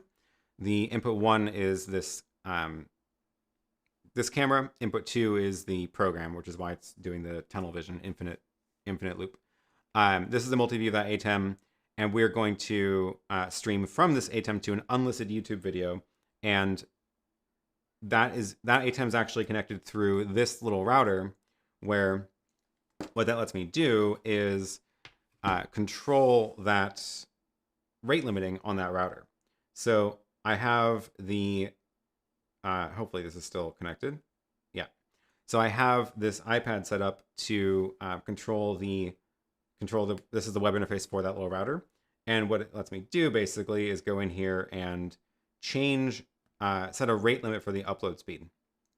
So I can cap this to like 300 kilobytes a second on the upload to see what happens when the ATEM does not have a good internet connection. So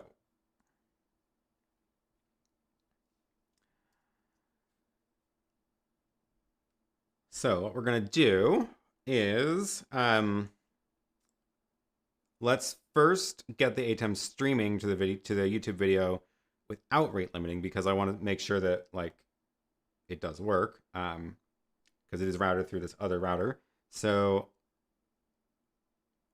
remember, this is on this router, which means it's not actually on my normal LAN, so I can't even use my I can't use my computer to control it. So hopefully that works. On air, and we're going to pull up the YouTube Studio, which it should now be showing it should be showing a new video, a new live stream that's unlisted, and test stream. Okay, cool. Yeah, it's working. So what I can do is drop that link in the chat so people can follow along. It should have the right audio, but I would probably test stream for ATEM Mini Extreme rate limiting. So go ahead and click that link if you want to follow along with this. And that's interesting. Look at this. Remember how last week we were talking about the color contrast difference? This is the test stream. This is the real stream. Look at the color difference. Oh, now it changed. So let me get a couple seconds of this in here as well. And wait for that to switch back. Okay, watch this. The real stream, the test stream, the real stream, the test stream. Look at the preview. There, one of my converters is messing with the colors. It wasn't the YoloBox's fault. The YoloBox was not messing with the colors. It is apparently one of my many HDMI to SDI converters in the chain here doing that. And I'm going to have to figure that out now, because that's super weird. Anyway, that was not what I was trying to test. Okay, we got people in the test stream. You should be hearing audio. You should probably mute that because it's going to be confusing. So we're just going to leave that running. And then what I can do is go into the iPad and change the rate limiting. So we can cap the upload speed. And let's see, let's do that right now. And let's see how long it takes to, okay, cool. So let's see, zoom in, and we've got, there we go. And let's see what the ATEM starts doing. So over on the YouTube Studio, we should start to see some issues. And maybe the stream will start dropping out too. Okay, there we go. Look at that. YouTube is not enough receiving enough video to maintain smooth streaming. As such, viewers will experience buffering. And I'm assuming that we're going to start seeing some errors on the multi-view also. So let's go take a look at that. We've got, that's interesting. It thinks it's pushing up 6 megabits a second. And the overhead camera is saying that it's capped, in fact, to 300 kilobytes a second. So how long until the ATEM figures out what's going on? Because YouTube has figured out that the quality is very poor. It is now complaining about, are we getting buffering? Are we actually seeing buffering now? Yeah, actually getting a lot of buffers in YouTube. Okay. So what's concerning to me about this, oh, there it goes. Now we're seeing the cache fill up. So what's interesting, oh yeah, okay. This is we're learning things, because check this out. The ATEM Mini Extreme is showing you the data rate in megabits a second of what it's encoding. And that will change depending on what's on the screen, right? So if I go to, like if I show just a picture, the data rate will drop because it doesn't need as much data to encode the flat image. So that's dropping down to probably actually almost nothing, because it's just a very simple picture. And if I go back to the camera, it's going to bump back up to 5 megabits. So what this means is that the number that you're seeing on the multi-view of the ATEM is the encoding bitrate, not what it's actually pushing over the internet. We don't get to see what it's pushing over the internet. All we get to see is that the cache is filling up, which means it doesn't have enough bandwidth to push what it's encoded. That, I think, is actually is interesting to me. So the what are we seeing over on the chat over here? Buffering every 15 seconds, buffering a lot. You probably got a bit of a break with the buffering when I switched over to the flat image, because it takes less bandwidth to encode that. The other stream is stuttering. Yeah. Don't you sometimes get that message on YouTube because the ATEM is using VBR? Yeah, so if we take a look at what YouTube is saying, it's saying it's not receiving enough video to maintain smooth streaming. As such, viewers will experience buffering. When all that YouTube really knows is how much data it's receiving, like the bitrate it's receiving. So the ATEM is not able to push the full stream that it needs to, because it's being capped at 300 megabits a second. So YouTube is not getting the full stream. So it is now, in fact, telling us the problem. If since the ATEM does use VBR, if I, for example, switch to switch the stream to the static graphic, so we're streaming now the static graphic. Look at the bitrate that it requires. It only requires 200 kilobytes a second to encode this picture. So it can push this picture to the stream, right? Cache is full now, so we're kind of out of luck. If we can, yeah, it hasn't even caught up to, if we're looking at the stream on YouTube, it's still way, way behind now. So what I can do is just stop streaming on the ATEM to get rid of the cache. Let's see. That should stop streaming, and then I should be able to pick up the stream again by starting it again. Interesting. I just pushed the off button and it's not stopping. So I thought pushing stream off would like stop it, but it seems to be confused about it because the cache is so full. So this is interesting also. we're learning more things about how it handles failure. I am stuck. I cannot get it to stop trying to stream. The cache is going down because I think it's finally reached the point of, yeah, if you look at what's live on the stream now, if you look at what's live on the stream, we see it's finally got to the image. And what that means is that it no longer needs 5 megabits, so it's able to catch up again. And now the stream is, the cache was empty, so it did stop. Okay, so a couple of things that we just learned by doing that.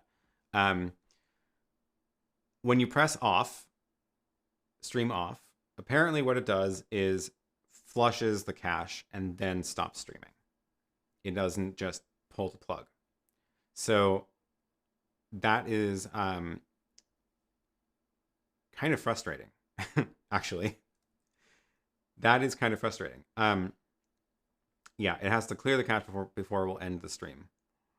So I've had the off button fill to stop the stream if it was a full buffer. Power cycling fixed it. Yep.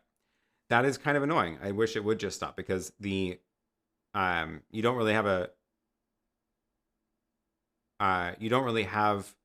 always have an opportunity to flush the cache, because if your internet goes down, it can't. I have been in this situation out in a live stream, says Hans.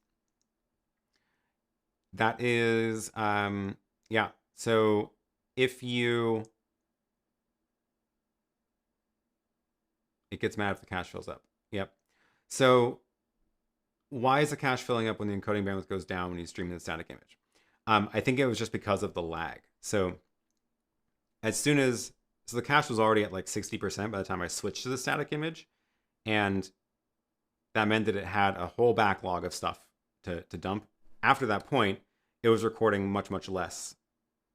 So right now, for example, we're at 0.19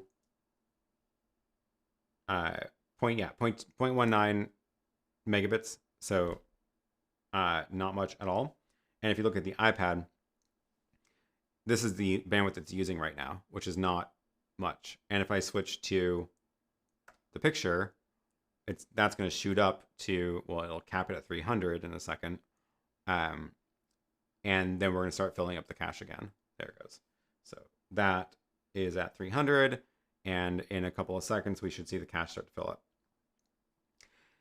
I'm going to let the cache fill up again. We'll do this again. And then I'm going to switch back to the static image, which will take less bandwidth to encode. So I'm actually not going to let it go up to 60%. I'm going to let it go only to like 10 or so. It's taking a while before it even realizes that it's unable, which is kind of a delayed reaction. What would be interesting is to compare how the ATEM handles it compared to the web presenter, because I wonder if there's any differences there. They're theoretically the same encoder, but I'm not totally sure if they are actually the same encoder. Okay, come on, start filling up the cache.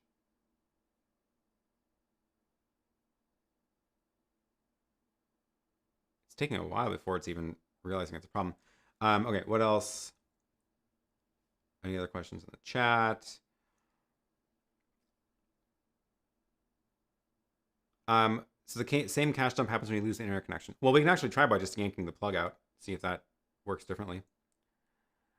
It's good because it would end the stream where you intended once the cached feed is sent out. Oh, there we go. So we didn't even see anything until hit 42. I'm going to switch to the static graphic. We shouldn't see the cache fill up much more, but look, the encoding rate is slowly dropping, right? Not immediately dropping. So once it hits below, now it should stop going up. It's going up slower. Let me think. It's still adding to the end, and it is not able to flush the old stuff fast enough. That's why it's going up. So it still has the 6 megabit stream at the beginning of this cache, and it can't get rid of that fast enough, and we're still adding to the top. We're adding less to the top now, but we are still adding to the top. So that's what's going on. it is sort of a safety net. So, okay, let's yank the cord. So I'm going to go and just pull out the internet from the ATEM. Now it's totally offline, and it should, okay, it does recognize that it's offline. So it's blinking red. Still filling up the cache, of course. And if I plug it back in, it should pick up the connection again. And there it goes. And start trying to flush the cache, which it's doing very slowly because it's still rate limited at 300.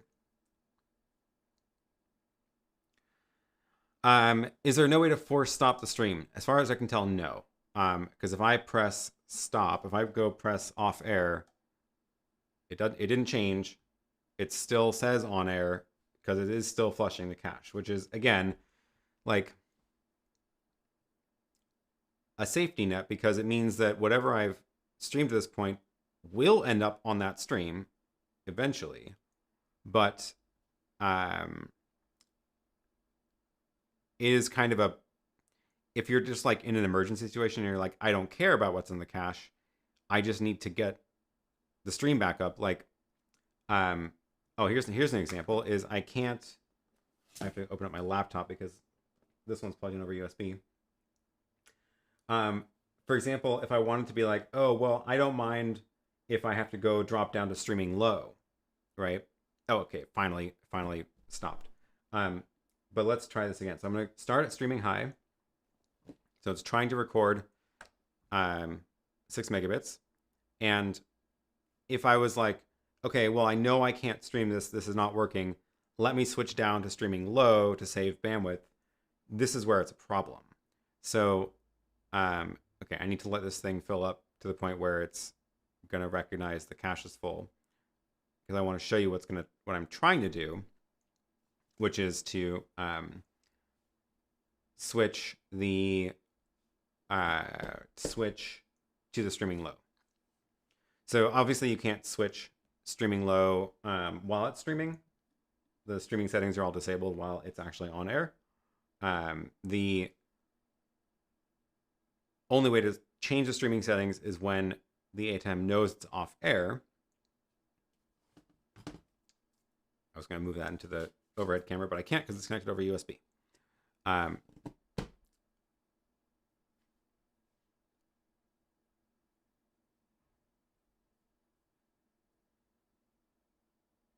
on. If I move around, it'll make more data.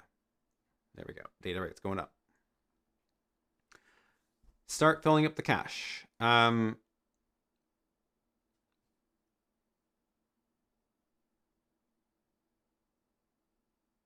on. 40%. Okay. So if I press off, because I was like, cool, clearly we don't have enough bandwidth in this venue for 6 megabits. Let me try dropping it down to streaming low, which will use less. Press stop. It's not stopped, and I can't change the setting. So it still says on air over here, and I can't change the setting until it flushes the cache. That's kind of the annoying part. So it's going down, it's recovering slowly. Eventually, I can change the streaming settings, or if I maybe just yank out the internet cord. Let's see, is that gonna make it realize it's off air? So now it realizes it's off. Now I can switch to low, try to go back on air, and plug it back in, and let's see if it picks it up. There it goes. Now we're encoding at 3. So then if I was rate limited to 3 megabits a second, which let's see if we can do that. So let me go set this to 3 megabits instead of 300 kilobytes. This should, once that takes effect, that should let us go up. So let's take a look at that number.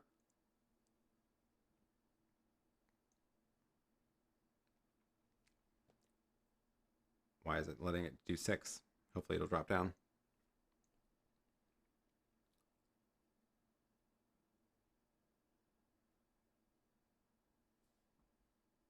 Okay.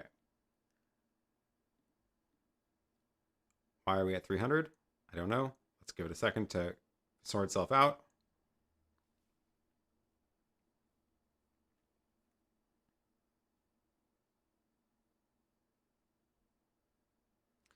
Literally over 1:30 before the cache fills up. That's a generous cache.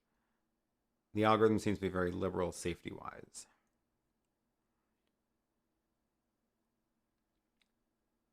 It initially jumped to 42. Okay, yeah, that's weird. I've had this happen at 2 weddings. I no longer use my ATEM to encode. It all goes to the Teradek video. No problems. Interesting. Yeah, the only way to abrupt the stream is to pull the plug. That's what we just tried. I got burned by these same issues streaming remotely over cellular. This is why I use Teradek with bonding as the encoder. Yep. When the cache is full, it also affects the recording.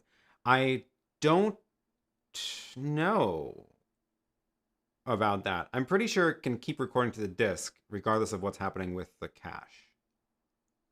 Because the cache is for the streaming cache. We could maybe try that. YouTube will stream until you close it in the command center. It depends on the setting. There's a setting for that. So if we go into the streaming dashboard, there's a setting which is, oh, it's not available in the stream now option. It's available in the regular stream option, which is enable auto start and enable auto stop. I do not have these turned on. I like to start and stop manually in YouTube myself. But yeah, if auto stop is turned on, then at some point after it stops getting data, it will then actually cut off the stream. So this is interesting. How is this stream on YouTube, by the way? The secondary stream right now. Let's see. Let me take a look at. Let's do that to bookmark where we are in the feed. Because the iPad is saying it's hovering around like 500 megabits a second or 500 kilobytes a second, but the ATEM thinks it's going at 3. So, okay, the feed is showing this. So after that little flickering back and forth, is the stream on YouTube, is this stable now? Because if so, that's an interesting discrepancy between the two bit rates. It looks smooth. I'm obviously not listening to it. I don't see any buffering, and YouTube's not complaining. Cool. Well, any other questions? Let's see. Interesting little experiments.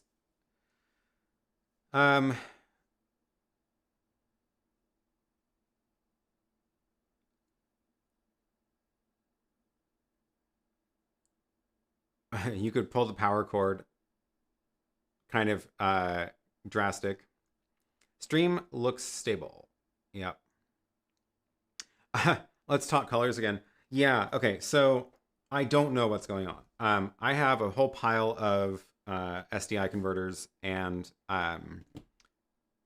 between here and there, and what's going into this is what's going into the ATEM is from a SDI to HDMI converter that's in that little box under this table, and that's an SDI cable running into the matrix. I should have that labeled. So where's my task switcher? Come on.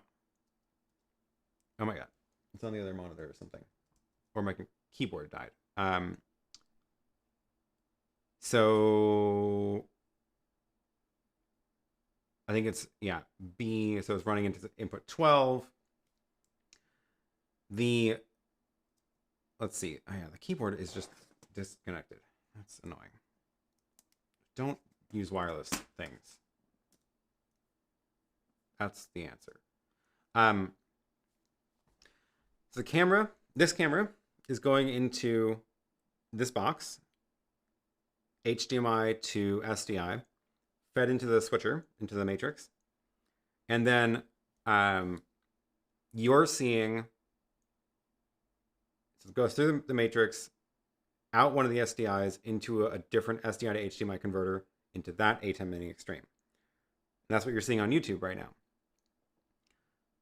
Also, the signal is going out a second output of the matrix over SDI back into this box through a different SDI converter, SDI to HDMI.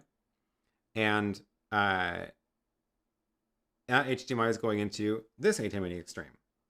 And the colors are extremely different, which means that it must be the converter that this one's plugged into. Should I try to find out? Don't use wireless things. Yeah, the difference is pretty notable.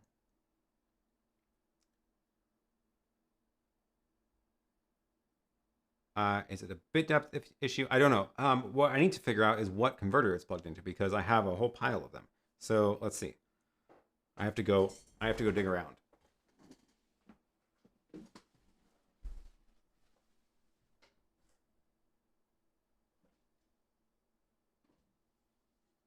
See, cable C is connected to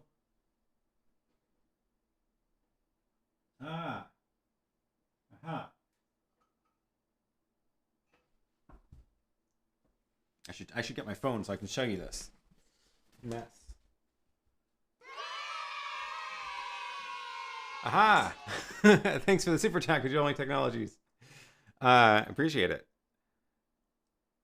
I don't think I have a lot in the converter. No, Marco. I gotta fix my little chats. There we go. So, okay. What I do want to do is reroute 4. 4 is going to become the Apple TV so that I can, again, show you the phone camera.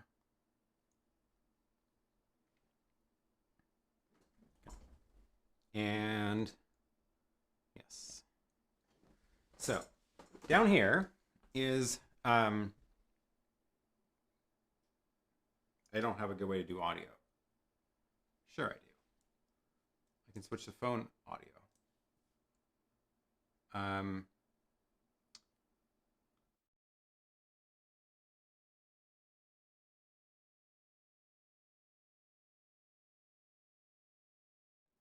Well, you get bad audio for this. Okay.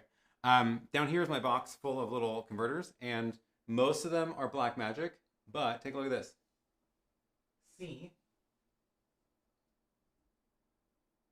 is plugged into this one, the MDLX. That's the difference. So apparently, something about the MDLX is doing that color conversion. And that's concerning, because I was not aware of that.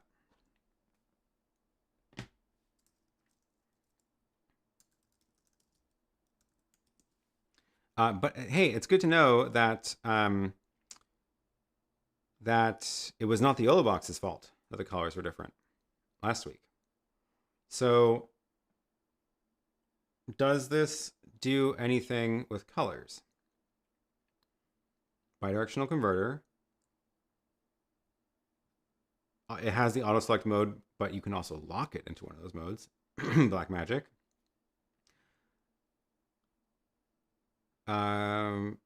It doesn't say it supports LUTs or anything. SDI formats, HDMI formats. What do we got here?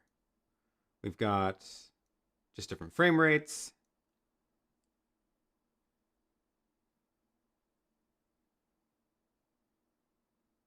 Yeah, I didn't think this was supposed to mess with colors. Well, that's interesting. Aaron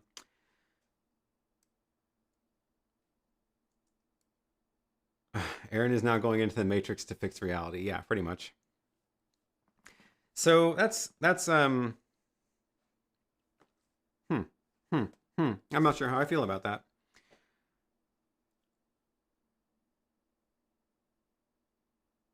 that's going to require some more testing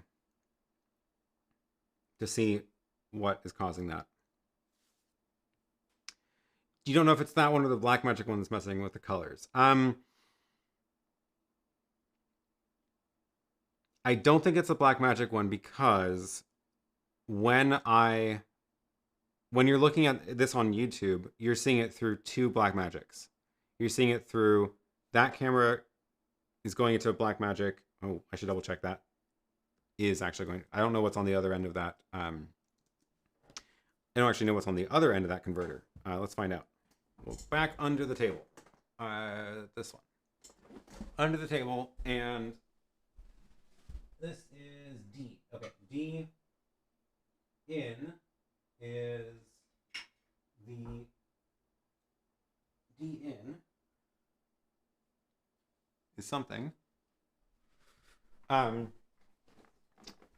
take a look at my router. Input D. Oh, it's the overhead camera. So that means this may not be the right colors either. This one. I don't know unless I reroute it. Anyway, so what I wanted to confirm was,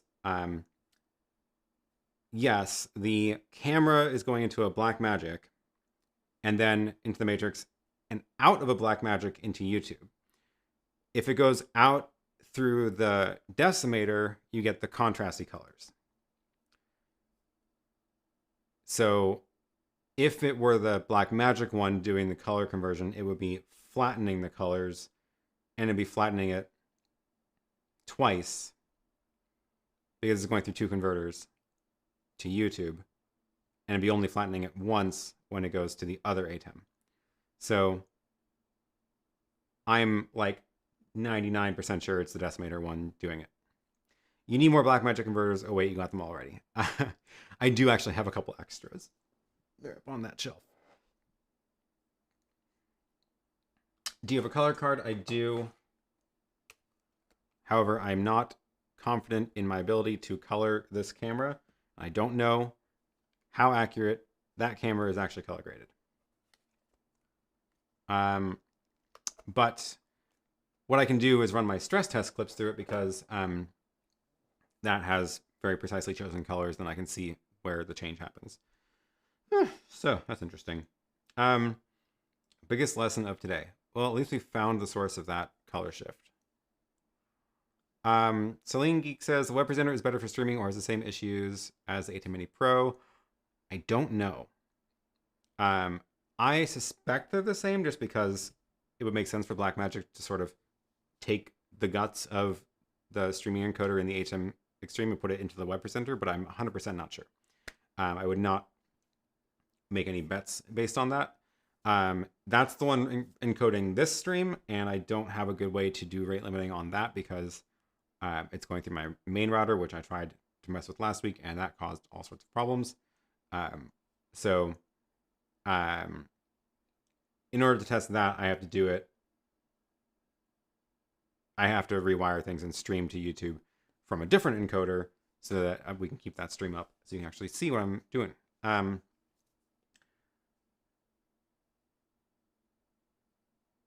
Yeah, I'm trying to think if there's some dramatic way I can.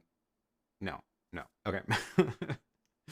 All right. Well, yeah, that was a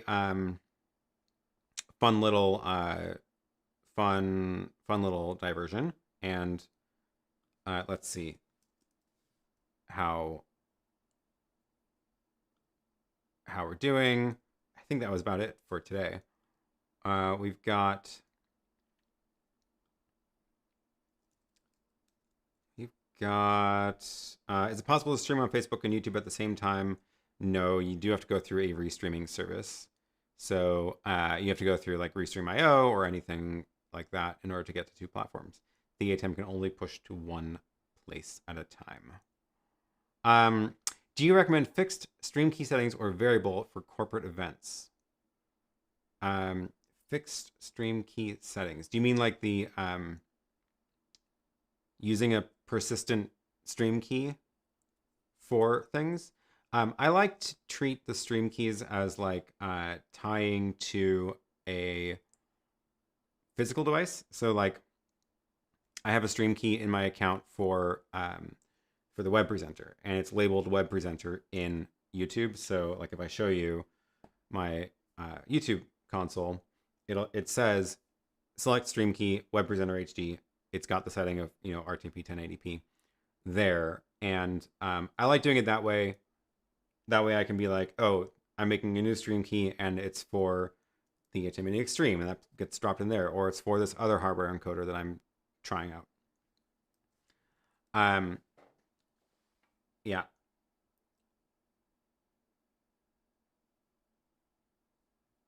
Earlier question about extreme audio monitoring sounding horrible in the program audio monitor. That's weird. That shouldn't. Only thing I can think of is that the headphone volume might be set too high, because there's this volume control in the audio settings, and if that's cranked way up, then it might just be distorting on the headphone output, because this is just for the headphone out and doesn't affect the program volume. That would be my thought there. Okay, cool. Well, I think we're gonna wrap up there. That was a fun show. I think we got to everything we needed to do. Tried out some audio tests with the audio mixer, the new audio mixer, which I'm hopefully gonna get more chances to experiment with and play with some of the effects. The